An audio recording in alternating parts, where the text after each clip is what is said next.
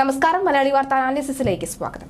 ഇനിയുള്ള ഓരോ മണിക്കൂറും കമ്മ്യൂണിസത്തിലെ മുതലാളിത്ത അവതാരമായി മാറിയ വീണ വിജയനും മുഖ്യമന്ത്രി പിണറായി വിജയനും നിർണായകമാണ്. മകൾ അകത്തു പോകുമ്പോൾ അച്ഛൻ പുറത്തു പോകുമോ എന്ന സ്ഥിതിവിശേഷത്തിലേക്ക് കാര്യങ്ങൾ നീങ്ങിയിരിക്കുന്നു. വീണ വിജയനെ എൻഫോഴ്സ്മെന്റ് ഡയറക്ടറേറ്റ് ചായയും ബിസ്ക്കറ്റും കൊടുത്ത് സൽക്കരിക്കാനല്ല വിളിച്ചു വരുത്താൻ പോകുന്നത് എന്ന് വ്യക്തമാവുകയാണ്. കരിമണൽ കർത്ത വീണ വിജയന്റെ ഉടായിപ്പ് തട്ടിക്കൂട്ട് കമ്പനിക്ക് നൽകിയ 1.25 കോടിയുടെ കഥ കേൾക്കാനല്ല ഇഡി വീണയെ വിളിച്ചു വരുത്തുന്നത്. കോഴയുടെ തെളിവുകൾ മാത്രമല്ല, എണ്ണമറ്റ മറ്റ് തെളിവുകൾക്ക് മുന്നിൽ വീണമോൾ വീഴുമെന്ന് തീർച്ചയാണെന്നാണ് പല രാഷ്ട്രീയ നിരീക്ഷകരും പറയുന്നത്. ഒന്നെങ്കിൽ പിണറായി വിജയനെ പ്രധാനമന്ത്രി നരേന്ദ്രമോദി രക്ഷിക്കണം, അതുണ്ടായില്ല എങ്കിൽ വീണയെ അറസ്റ്റ് ചെയ്യണം. അങ്ങനെ ഒരു അറസ്റ്റ് ഇന്നോ നാളെയോ സംഭവിച്ചാൽ ആ നിമിഷം പിണറായി വിജയൻ രാജിവെക്കും. മരുമകൻ മന്ത്രി മുഹമ്മദ് റിയാസും രാജിവെക്കേണ്ടി വരും.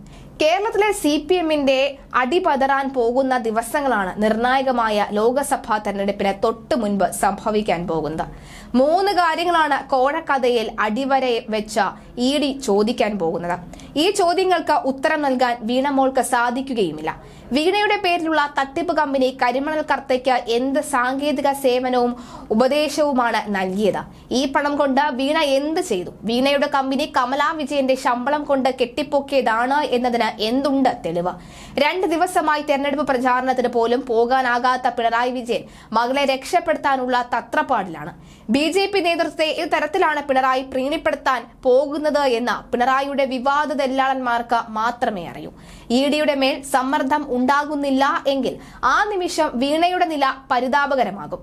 മുഖ്യമന്ത്രിയുടെ വീഴാൻ പോകുന്ന മകൾ വീണ വിജയനും വീണയുടെ ഉടമസ്ഥയിലുള്ള എക്സാലോജി കമ്പനിക്കും ഇല്ലാത്ത സേവനത്തിന്റെ പേരിൽ 1,72,00,000 രൂപ CMRL നൽകിയത് കള്ളപ്പണ വെളുപ്പിക്കൽ നിരോധന നിയമത്തിന്റെ പരിധിയിൽ വരുമോ എന്നാണ് ഇഡി നിലവിൽ പരിശോധിക്കുന്നത്. മുഖ്യമന്ത്രിയുടെ മകളെ ചോദ്യം ചെയ്യലിനെ വിളിച്ചു വരുത്താനുള്ള അവസാനവട്ട നീക്കത്തിലാണ് കേന്ദ്ര ഏജൻസികൾ എത്തി നിൽക്കുന്നത്.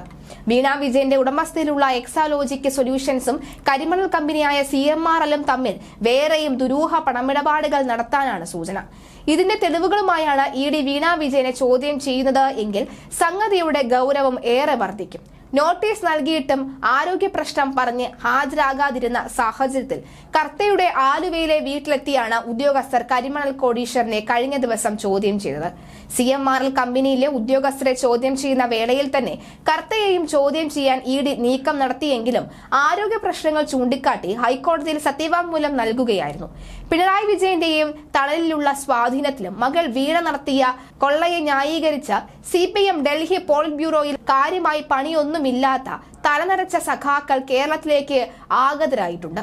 ഡൽഹിയിൽ ഫ്ളാറ്റും സുഖശാപ്പാടും വട്ടച്ചെലവുമൊക്കെ കേരളത്തിലെ CPM-ൽ നിന്ന് വാങ്ങിയെടുത്ത് ഡൽഹിയെ AC മുറിയിൽ സുഖവാസം അനുഷ്ഠിക്കുന്ന 3-4 പോളിറ്റ് ബ്യൂറോ സഖാക്കൾ കേരളത്തിലെത്തി ഇഡിയെ ചീത്ത വിളിക്കുകയാണ്.